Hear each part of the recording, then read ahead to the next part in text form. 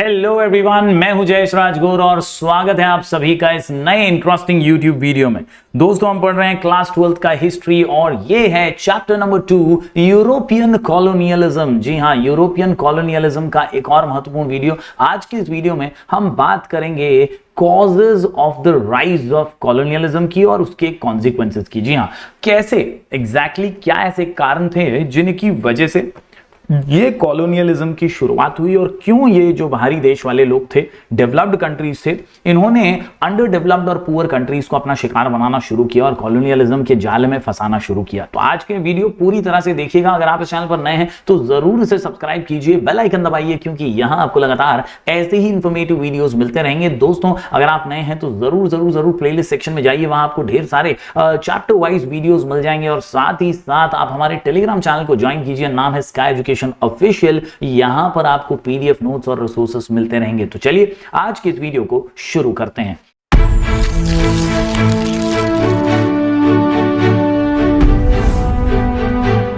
दोस्तों, पिछले वीडियो में हमने यहां पर मीनिंग और नेचर ऑफ कॉलोनियलिज्म समझा था। आज बारी है causes and rise of colonialism के अलग अलग कारणों को समझने की, जहां सबसे पहला कारण जो निकल करके आता है दोस्तों, वो है इंडस्ट्रियल कॉन्सिक्वेंसेस। जी हां, दुनिया भर में स्पेशली ये यूरोपियन कंट्रीज जो थी, वहां पर इंडस्ट्रियल रेवोल्यूशन की शुरुआत हो चुकी थी। औद्योगिकरण इतना जबरदस्त हो चुका था कि प्रोडक्शन की सभी सीमाएं पार हो चुकी थी। जबरदस्त तौर से अगर हम देखें तो कॉलोनियलिज्म, इंडस्ट्रियल रेवोल्यूशन बढ़ चुका था और इंडस्ट्रियल रेवोल्यूशन बढ़ने की वजह से जो नई नई मशीन्स आ रही थी, उनसे प्रोडक्शन तो धुआंधार हो रहा था। अब इतना सामान प्रोड्यूस हो रहा था कि उसको अपने देश में बेच बेच कर भी बन जा रहा था। इसे नए नए मार्केट प्लेसेस में जा करके बेचना जरूरी हो चुका था। दोस्तों, colonialism was a result of industrial revolution.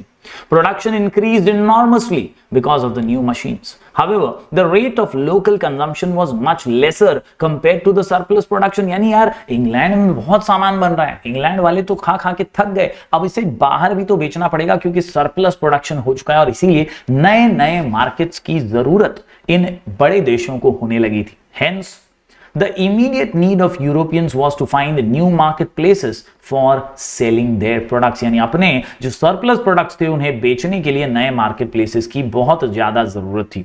It was also necessary that those marketplaces be dependable and easy to dominate. कहीं ना कहीं दोस्तों बहुत जरूरी था कि ऐसे मार्केट प्लेसेस ढूंढे जाएं जो डिपेंडेबल हों, जो कमजोर हों, जिन्हें जरूरत हो हमारे चीजों की और उन्हें डोमिनेट भी किया जा सके, और इसीलिए कॉलोनियलिज्म की शुरुआत हुई। तो सबसे पहला कॉन्सिक्वेंस हमने देखा इंडस्ट्रियल कॉन्सिक्वेंसेस, और इसी से होती है राइज ऑफ कॉलोनियलिज्म की शुरुआत। बात करते हैं दोस्तों कुछ अगले पॉइंट्स की। तो यहां पर दूसरा पॉइंट निकल करके आता है रिक्वायरमेंट्स ऑफ रॉ मटेरियल। यानी जैसा मैंने आपको बताया कि इंडस्ट्रियल रेवोल्यूशन तो तेजी से बढ़ ही रहा था। ये इंडस्ट्रियल रेवोल्यूशन जो है वो इतना फास्ट पेस था कि अब प्रोडक्शन तेजी से हो रहा था और प्रोड्यूस और ज्यादा गुड्स करने हैं तो सख्त जरूरत थी रॉ मटेरियल्स की, यानी फैक्टर्स ऑफ प्रोडक्शन की। कॉजेस बहुत ज्यादा हो चुका था इंडस्ट्रियल प्रोडक्शन, और इंडस्ट्रियल प्रोडक्शन को फुलफिल करने के लिए आपको सस्ते में रॉ मटेरियल की जरूरत होती है। जैसे एग्रीकल्चरल प्रोडक्ट्स हैं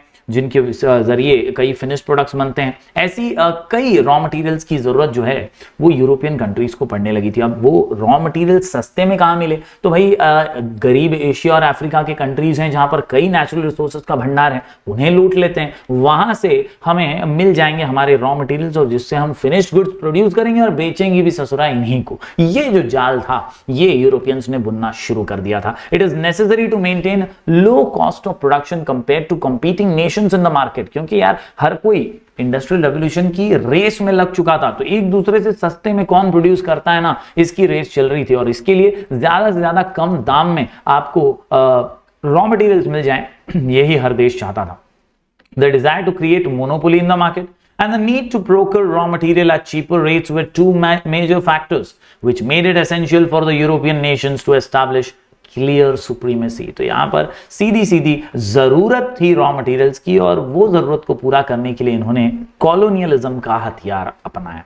बात करें दोस्तों अगले पॉइंट की, तो ये निकल करके आता है इन्वेस्टिंग सरप्लस कैपिटल। जी हां, कहीं ना कहीं इंडस्ट्रियल रेवोल्यूशन से जो एडेड वेल्थ इनको मिल रही थी और जो पैसा और तिजोरियां इनकी सरकारी भर रही थी, इसको ये कहां पर डालें, इन्वेस्ट कहां करें, कहां से इनको और पैसा, क्योंकि वेल्थ ही वेल्थ क्रिएट करता है। तो यूरोपियन कैपिटलिस्ट जो थे, जो ऑलरेडी रिच थे, they started searching for secure markets to invest their surplus funds. अपने फंड्स को और कहां इन्वेस्ट किया जा सके, इसकी खोज में ये लग चुके थे। The markets in the less developed countries were quite secure from this point of view, and thus the availability of surplus capital facilitated the rise of colonialism. तो इस प्रकार से क्योंकि इतना ज्यादा कैपिटल अवेलेबल था, तो इन्होंने यही तय किया कि यार हम कोई ऐसे अंडर डेवलप्ड कंट्रीज या लेस डेवलप्ड कंट्रीज हैं, वहां पर इन्वेस्ट हमारा कैपिटल करते हैं। तो ये भी एक जरूरत थी। इसके अलावा सोर्सेस ऑफ मिनरल्स, एशिया और अफ्रीका रिच थे सोर्सेस ऑफ मिनरल्स के अंदर, वो कोयले की खदान हो, गोल्ड, डायमंड, सिल्वर के माइंस हो, यहां से ढेर सारा मिनरल्स आसानी से उपलब्ध हो जाता था, और इसकी जरूरत भी ये यूरोपियन देशों को थी, और इसीलिए तो इन्होंने एशिया और अफ्रीका को अपना निशाना बनाया। The countries in Asia and Africa had rich sources of minerals like gold, diamond, silver and coal etcetera. This attracted the European merchants to various regions of Asia and Africa. तो simple है दोस्तों, 4 points मैंने बताया आपको। पहला, industrial consequences, क्योंकि industrial revolution तेजी से हो रहा था, उसको मार्केट प्लेसेस की जरूरत थी, तो वो लोग कॉलोनियलिज्म करने लगे। दूसरा, इनको रॉ मटेरियल्स की जरूरत थी। तीसरा, अपने सरप्लस कैपिटल को कहीं इन्वेस्ट करना था, तो उन्होंने अंडर डेवलप्ड कंट्रीज को चुना। और अभी अभी हमने पढ़ा एक और पॉइंट, सोर्सेस ऑफ मिनरल्स, क्योंकि मिनरल्स भी बड़ी तादाद में यहां पर उपलब्ध थे। आगे बढ़ते हैं दोस्तों, अगला पॉइंट जो है वो है ज्योग्राफिक इंपॉर्टेंस। जी हां, भौगोलिक महत्व। कहीं ना कहीं दोस्तों यूरोपियन नेशंस को यह एहसास हो चुका था कि यार ज्योग्राफिक लोकेशन स्पेसिफिकली एशिया और अफ्रीका के कुछ देशों का बहुत एडवांटेजियस है।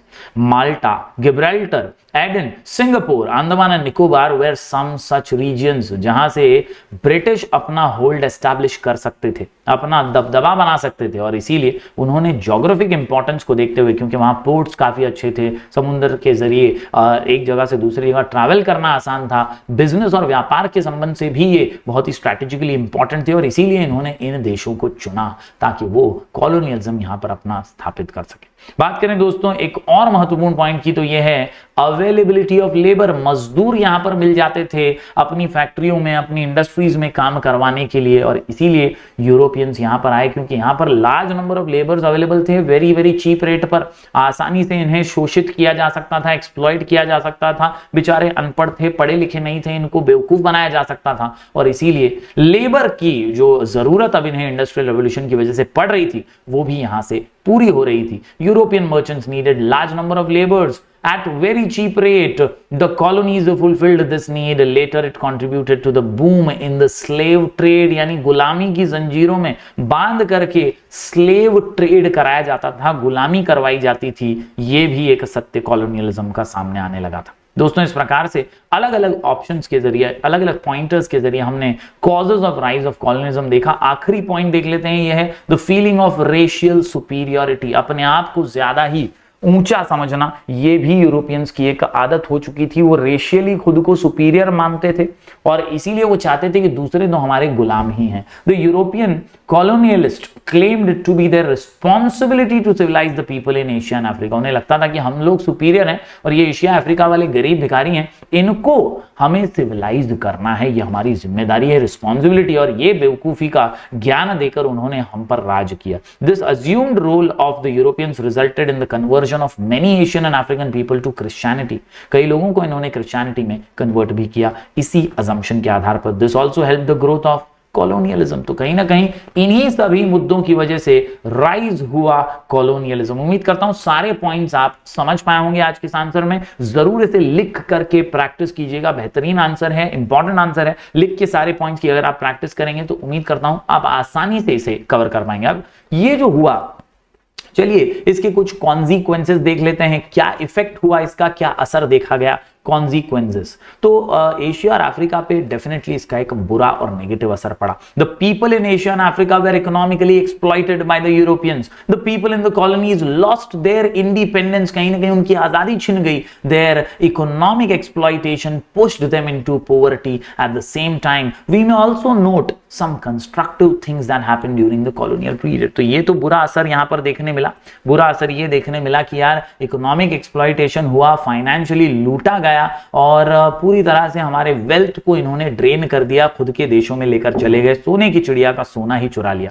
एट द सेम टाइम कुछ पॉजिटिव इंपैक्ट भी हैं, जैसे कि a new awareness emerged in political, social, economical and educational fields. इन्होंने पढ़ाया लिखाया भी हमारे लोगों को, कहीं ना कहीं हमारे यहाँ पे इंफ्रास्ट्रक्चरल फैसिलिटीज भी प्रोवाइड कराएं। Common people become conscious of democratic systems and its inherent modern values like liberty, equality and fraternity. ये वैल्यूज हमें पता चली आजादी के बारे में, फ्रीडम के बारे में, इक्वालिटी के बारे में, समाज के बारे में। They got introduced to the principles like administration based on fundamental legal system, judicial system, court कचहरी, कानून के बारे में हमें समझ आई। Availability of education to all, ये भी बात और इसका महत्व हमें समझ आया। और ये कुछ इंपॉर्टेंट इफेक्ट्स थे, कॉन्सिक्वेंसेस थे जो हमें देखने मिले। People became aware of the need to shoulder the responsibility of solving their problems which eventually led to the independence movements in many colonies। तो उम्मीद करता हूं दोस्तों सभी पॉइंट्स आज के आपको समझ में आ गए होंगे। आज की वीडियो में हमने पढ़ लिया है causes of rise of colonialism और